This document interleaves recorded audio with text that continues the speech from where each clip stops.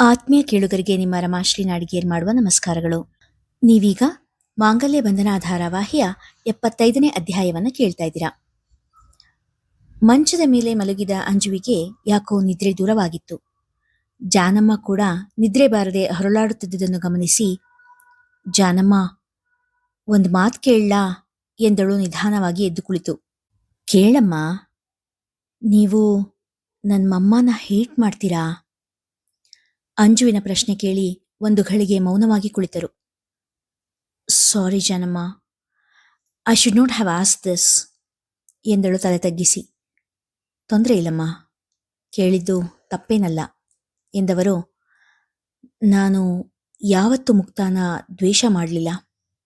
ಹಾಗೆಂತ ಯಾವತ್ತೂ ಬೇಸರ ಇಲ್ಲ ಅಂತಾನೂ ಅಲ್ಲ. ಖಂಡಿತ ಬೇಸರ ಆಗಿತ್ತು. ನಾನು ಮನುಷ್ಯಳು ತಾನೇ. ಮೊದಲು ನಾನು ಹಣೆ ಬರನ್ ಬೈದ್ಕೊಳ್ತಿದ್ದೆ. ಆ ಗುಡಿಲಿರೋ ದೇವ್ರ ಹತ್ರ ಜಗಳ ಆಡ್ತಿದ್ದೆ. ಅವನೆದುರಿಗೆ ಕೂತ್ಕೊಂಡು ಅಳ್ತಿದ್ದೆ.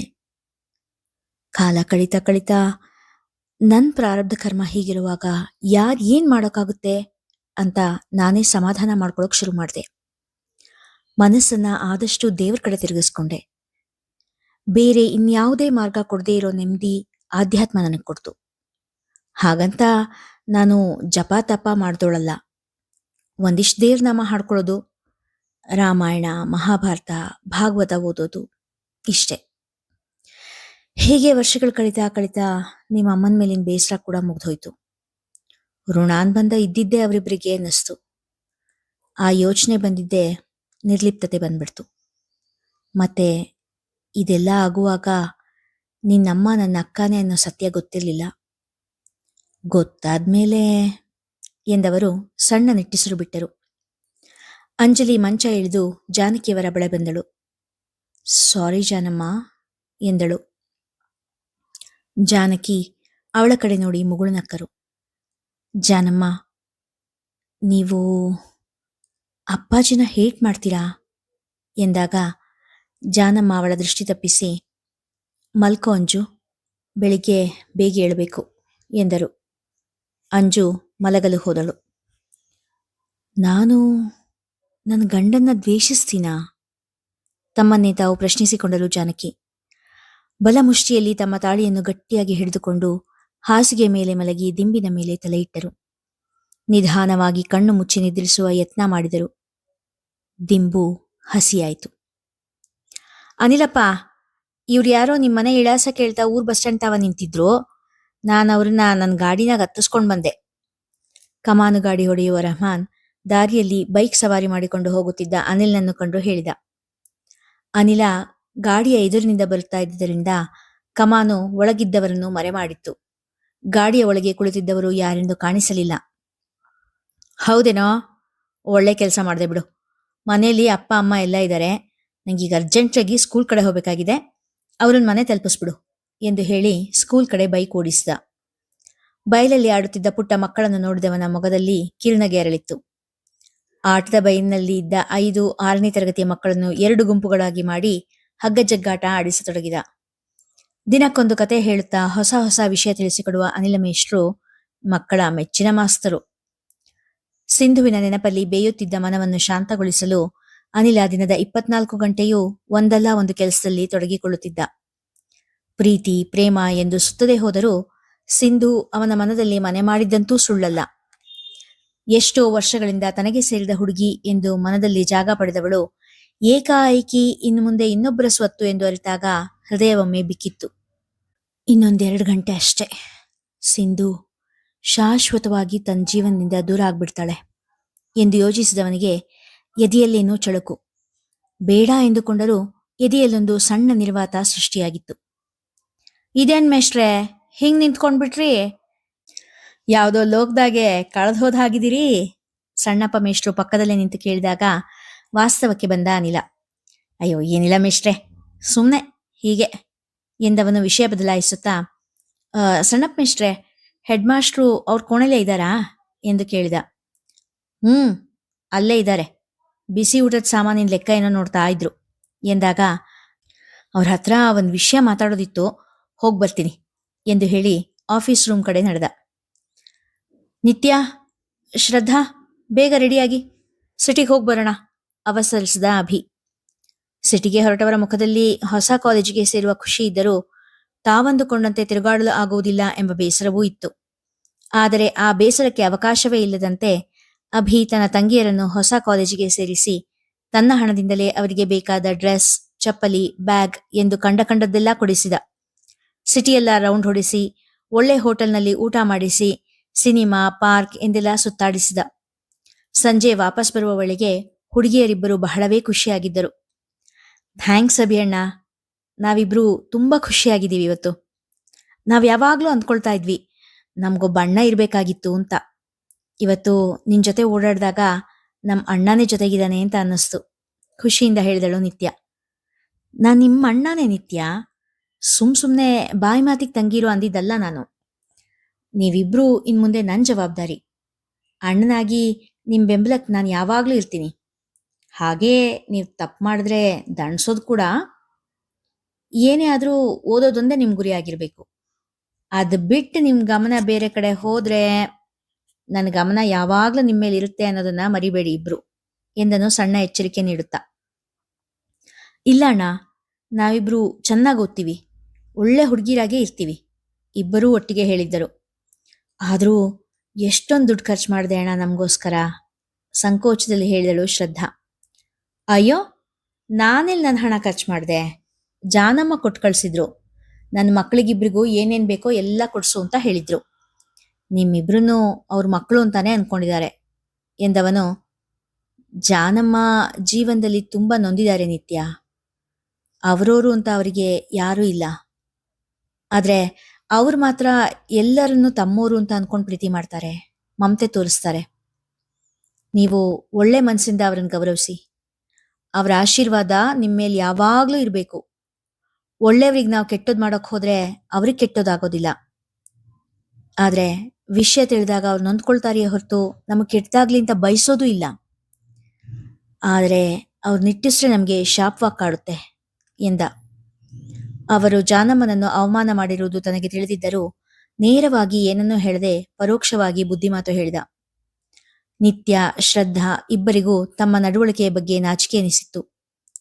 ಬಾಯಿ ಬಿಟ್ಟು ಅಣ್ಣನೆದುರಿಗೆ ತಮ್ಮ ತಪ್ಪು ಒಪ್ಪಿಕೊಳ್ಳದೆ ಹೋದರೂ ಇನ್ನು ಮುಂದೆ ಜಾನಮ್ಮನಿಗೆ ಅವಮಾನವಾಗುವಂತೆ ನಡೆದುಕೊಳ್ಳಬಾರದು ಎಂದು ನಿರ್ಧರಿಸಿದರು.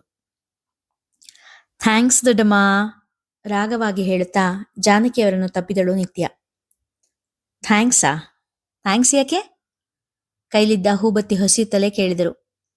ಅಭಿ ಅಣ್ಣಂಗೆ ಹೇಳಿ ನಮಗೆ ಶಾಪಿಂಗ್ ಮಾಡಿಸಿದ್ದಕ್ಕೆ. ನಾವ್ ಏನ್ ಕೇಳಿದ್ರೂ ಇಲ್ಲ ಅನ್ಲಿಲ್ಲ ಅಣ್ಣ, ಖುಷಿಯಿಂದ ಹೇಳಿದಳು. ಸಂತೋಷನಾ ಇಬ್ಬರಿಗೂ? ಇಬ್ರು ಖುಷಿಯಾಗಿದ್ದೀರಾ? ವಿಚಾರಿಸಿಕೊಂಡರು. ಹ್ಞೂ ದೊಡ್ಡಮ್ಮ, ನಗುತ್ತಾ ಹೇಳಿದಳು ನಿತ್ಯ. ಇದೆಲ್ಲ ತಗೊಳ್ಳೋದು ದೊಡ್ಡದಲ್ಲ, ಇದನ್ನ ಸರಿಯಾಗಿ ಬಳಸೋದು ಮತ್ತೆ ಮನ್ಸಿಟ್ಟು ಓದೋದು ಮುಖ್ಯ. ಓದೋದೊಂದೇ ನಿಮ್ ಗುರಿಯಾಗಿರ್ಬೇಕು ಎಂದರು ಜಾನಮ್ಮ ಗಂಭೀರವಾಗಿ. ನಿತ್ಯ ಅವರ ಕೈ ಮೇಲೆ ಕೈ ಇಟ್ಟು, ಪ್ರಾಮಿಸ್ ದೊಡ್ಡಮ್ಮ, ನಾವಿಬ್ರು ಚೆನ್ನಾಗಿ ಓದ್ತೀವಿ, ನಮ್ ಕಡೆಯಿಂದ ಯಾವ ದೂರು ಕೂಡ ಬರ್ದೇ ಇರೋ ಹಾಗೆ ನೋಡ್ಕೊಳ್ತೀವಿ ಎಂದವಳ ಮುಖವನ್ನು ತೃಪ್ತಿಯಿಂದ ನೋಡಿದರು ಜಾನಕಿ. ಅಭಿ, ನೀನ್ ಯಾರು ಅನ್ನೋ ವಿಷಯನ ಮನೆಯವ್ರಿಗೆ ತಿಳಿಸೋ ಕಾಲ ಬಂದಾಗಿದೆ, ಫೋನ್ನಲ್ಲೇ ಹೇಳಿದ ಅಜಯ್. ಅಂದ್ರೆ ಏನರ್ಥ? ಅಚ್ಚರಿಯಿಂದ ಕೇಳಿದ ಅಭಿ. ನಾನು, ಚಾರು, ಅಪ್ಪಾಜಿ 3 ಜನನೂ ಇಂಡಿಯಾಗೆ ಬರ್ತಾ ಇದ್ದೀವಿ. Oh wow, I am so happy. ನೀನು ಬರ್ತಾ ಇದೆಯಲ್ಲ, ಒಳ್ಳೆದಾಯ್ತು, ಖುಷಿಯಿಂದ ಹೇಳಿದವ ಒಂದು ಕ್ಷಣ ನಡೆದು, ಮಮ್ಮ ಮಮ್ಮ ನೋಡ್ಕೊಳ್ಳೋಕೆ ಅಲ್ಲಿ ವ್ಯವಸ್ಥೆ ಆಗಿದೆಯಣ್ಣ? ನೀನು ಕೂಡ ಬರ್ತಾ ಇದೀಯ ಅಂದ್ರೆ ಅವರಿಗಲ್ಲಿ ಏನು ತೊಂದರೆ ಆಗೋದಿಲ್ಲ ತಾನೇ? ಹೆತ್ತ ತಾಯಿಯ ಬಗ್ಗೆ ಬೇಸರ, ಕೋಪ ಇದ್ದರೂ ದ್ವೇಷಿಸಲಾರ. ಅವರ ಕ್ಷೇಮದ ಚಿಂತೆ ಕೂಡ ಅವನಿಗಿದೆ. ಎಲ್ಲ ವ್ಯವಸ್ಥೆ ಆಗಿದೆ ಅಭಿ, ನೀನ್ ಇಲ್ಲಿ ಬಗ್ಗೆ ಯೋಚನೆ ಮಾಡಬೇಡ, ಸಣ್ಣ ದನಿಯಲ್ಲಿ ಹೇಳಿದ ಅಜಯ್. ಸರಿ ಅಣ್ಣ, ನೀವು ಇಲ್ಲಿಗೆ ಯಾವಾಗ ಬರ್ತೀರಾ ಅಂತ ಹೇಳಿ, ನಾನು ಅಷ್ಟರೊಳಗೆ ಇಲ್ಲಿ ಎಲ್ಲರಿಗೂ ವಿಷಯ ತಿಳಿಸಿರ್ತೀನಿ ಎಂದ ಅಭಿ. ಅಭಿ, ಇದು ನಾವು ಸೀದಾ ಅಲ್ಲಿಗೆ ಬರ್ತಾ ಇಲ್ಲ. ಅಪ್ಪಂಗೆ ಕಾಶಿ, ಗಯಾ, ಹರಿದ್ವಾರ, ಅಯೋಧ್ಯ ಇಲ್ಲಿಗೆಲ್ಲ ಹೋಗಿ ಬರ್ಬೇಕು ಅನ್ನೋ ಆಸೆ ಇದೆಯಂತೆ. ಹಾಗಾಗಿ ನಾವು ಸೀದಾ ಕಾಶಿಗೆ ಬರ್ತೀವಿ. ಅಪ್ಪ ಹೇಳ್ತಾ ಇದ್ರು ನೀನು ಮತ್ತೆ ಅಂಜು ಕೂಡ ಅಲ್ಲಿಗೆ ಬರ್ಬೇಕು ಅಂತ ಎಂದ ಅಜಯ್. ನಾವಿಬ್ರು ಕಾಶಿಗ? ಅದ್ಯಾಕೆ? ಬೇಡ, ಅದೆಲ್ಲ ಬೇಡ. ನೀವು ಸೀದಾ ಇಲ್ಲಿಗೆ ಬನ್ನಿ. ಹೇಳಿದ ಅಭಿಯ ಮಾತಿಗೆ ಅಜಯ್ ನಿಜ ಹೇಳಲು ಆಗದೆ ಚಡಪಡಿಸುತ್ತಾ ಇರುವಾಗ ಕೋದಂಡ ಅವನ ಕೈನಿಂದ ಫೋನ್ ತೆಗೆದುಕೊಂಡಿದ್ದ. ಅಭಿ? ತಂದೆಯ ದನಿ ಕೇಳಿ ಅಭಿ ಭಾವುಕನಾಗಿದ್ದ. ಎಷ್ಟೋ ತಿಂಗಳುಗಳಾಗಿತ್ತು ತಂದೆಯ ದನಿ ಸರಿಯಾಗಿ ಕೇಳದೆ. ಅಭಿ, ಒಂದ್ಸಾರಿ ಫ್ಯಾಮಿಲಿ ಪೂರ್ತಿ ಶಿವನ್ ದರ್ಶನ ಮಾಡಬೇಕು ಅನ್ನೋದು ನನ್ನ ಆಸೆ. ಒಂದು ರೀತಿಯಲ್ಲಿ ಕೊನೆ ಆಸೆ ಅಂತ ಅನ್ಕೋ ಎಂದಾಗ, ಅಪ್ಪಾಜಿ ಪ್ಲೀಸ್ ಹಾಗೆಲ್ಲ ಹೇಳಬೇಡಿ, ಅಷ್ಟೊಂದು ದೊಡ್ಡ ಮಾತೆಲ್ಲ ಆಡಬೇಡಿ. ನೀವು ಅಲ್ಲಿಗೆ ಬರೋ ದಿನ ಕನ್ಫರ್ಮ್ ಮಾಡಿ ಹೇಳಿ, ನಾವಿಬ್ರು ಕೂಡ ಅಲ್ಲಿಗೆ ಬರ್ತೀವಿ ಮಾತು ಕೊಟ್ಟ. ಸರಿ, ನಮ್ಮ ಟಿಕೆಟ್ ಕನ್ಫರ್ಮ್ ಆದ ಕೂಡಲೇ ನಿನ್ಗೆ ಹೇಳ್ತೀನಿ. ಆದರೆ ಅಷ್ಟರೊಳಗೆ ನೀನು ಮನೇಲಿ ವಿಷಯ ತಿಳಿಸ್ಬಿಡು, ಮತ್ತೊಮ್ಮೆ ನೆನಪಿಸಿದ ಅಜಯ್. ಸಾರ್, ಬ್ಯುಸಿ ಇದ್ದೀರಾ ಕೇಳುತ್ತಾ ಚೇಂಬರ್ ಒಳಗೆ ಬಂದಿದ್ದ ಅನಿಲ. ಬಾಪ, ಬಾ ಅನಿಲ, ವಯಸ್ಸಾದ ಹೆಡ್ ಮೇಸ್ಟ್ರು ಒಳಗೆ ಕರೆದರು. ಅನಿಲ ಅಲ್ಲಿ ವಿದ್ಯಾರ್ಥಿ ಆದಾಗಿನಿಂದಲೂ ಅದೇ ಶಾಲೆಯಲ್ಲಿರುವ ಅಧ್ಯಾಪಕರವರು. ಸಹಜವಾಗಿಯೇ ಅವನಲ್ಲಿ ವಿದ್ಯಾರ್ಥಿ ಎನ್ನುವ ಸಲುಗೆ ಪ್ರೇಮ ಇರಿಸಿಕೊಂಡಿದ್ದರು. Sir, ಡಿಪಾರ್ಟ್ಮೆಂಟ್ಗೆ letter ಬರೆದ್ರಾ? ನಿಧಾನವಾಗಿ ಕೇಳಿದ ಅನಿಲ. ಹ್ಞೂ ಕಣಪ್ಪ, ಲೆಟ್ರು ಬರೆದಿದ್ದೂ ಆಯಿತು, ಉತ್ತರ ಬಂದಿದ್ದೂ ಆಯಿತು. ನಾವು ಕೇಳಿದ್ದು 3 ಜನ ಟೀಚರ್ಸ್ ಬೇಕು ಅಂತ, ಅವರು ಒಬ್ಬರು ಟೀಚರ್ನ ಕೊಡ್ತಾ ಇದ್ದಾರೆ. ಏನು ಮಾಡೋದು ಹೇಳು? ಜಾರುತ್ತಿದ್ದ ಕನ್ನಡಕವನ್ನು ಸ್ವಸ್ಥಾನದಲ್ಲಿ ಇರಿಸುವ ಪ್ರಯತ್ನ ಮಾಡುತ್ತಾ ಹೇಳಿದರು. ಪಬ್ಲಿಕ್ ಪರೀಕ್ಷೆಗೆ ಕಷ್ಟ ಆಗುತ್ತಲ್ಲ ಸರ್. ಇನ್ನೂ ಸಮಾಜ, ವಿಜ್ಞಾನ, ಗಣಿತ ಇದೆಲ್ಲ ಸರಿಯಾಗಿ ಪಾಠನೇ ನಡೆದಿಲ್ಲ. ಪಾಪ ಮಕ್ಕಳು, ಬೇಸರದಿಂದ ನುಡಿದ. ಹಾಂ, ನಾನು ಪಂಚಾಯತಿ ಅಧ್ಯಕ್ಷರ ಹತ್ರ ಮಾತಾಡಿದ್ದೀನಿ. ಸಬ್ಸ್ಟಿಟ್ಯೂಟ್ ಟೀಚರ್ ವ್ಯವಸ್ಥೆ ಮಾಡ್ತೀನಿ ಎಂದಿದ್ದಾರೆ. ನೋಡೋಣ ಎಂದರು. ಮಕ್ಕಳ ಭವಿಷ್ಯದ ಚಿಂತೆಯಿಂದ ಅನಿಲ್ನ ಮುಖ ಬಾಡಿತು. ಹೋಗ್ಲಿ, ಆ ಟೀಚರ್ ಆದರೂ ಯಾವಾಗ ಬರ್ತಾರಂತೆ? ಚಿಂತೆಯಿಂದ ಕೇಳಿದ. ಇವತ್ತೇ ಬರ್ತಾರೆ ಅಂದಿದ್ರು, ಇಷ್ಟರೊಳಗೇನೆ ಬರಬೇಕಾಗಿತ್ತು, ಸಂಜೆಯೊಳಗೆ ಬರ್ಬೋದು ಎನ್ನುವಷ್ಟರಲ್ಲಿ ಒಳಗೆ ಬರ್ಬೋದಾ ಸರ್ ಎಂಬ ಧ್ವನಿ ಕೇಳಿತು. ಆ ಧ್ವನಿಯ ಒಡತಿಯನ್ನು ಕಂಡು ಕಣ್ಣರಳಿಸಿದ್ದ ಅನಿಲ. ಬಂದವರು ಯಾರಿರಬಹುದು? ನೋಡೋಣ ಮುಂದಿನ ಸಂಚಿಕೆಯಲ್ಲಿ. ಇಲ್ಲಿಗೆ ಇಂದಿನ ಸಂಚಿಕೆ ಮುಗಿಯಿತು.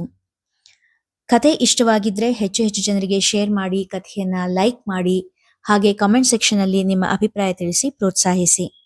ನೀವು ಮೊದಲ ಬಾರಿ ನಮ್ಮ ಚಾನೆಲ್ಗೆ ಭೇಟಿ ಕೊಟ್ಟಿದ್ರೆ ದಯವಿಟ್ಟು ಚಾನೆಲ್ನ ಸಬ್ಸ್ಕ್ರೈಬ್ ಮಾಡ್ಕೊಳ್ಳಿ. ಧನ್ಯವಾದಗಳು.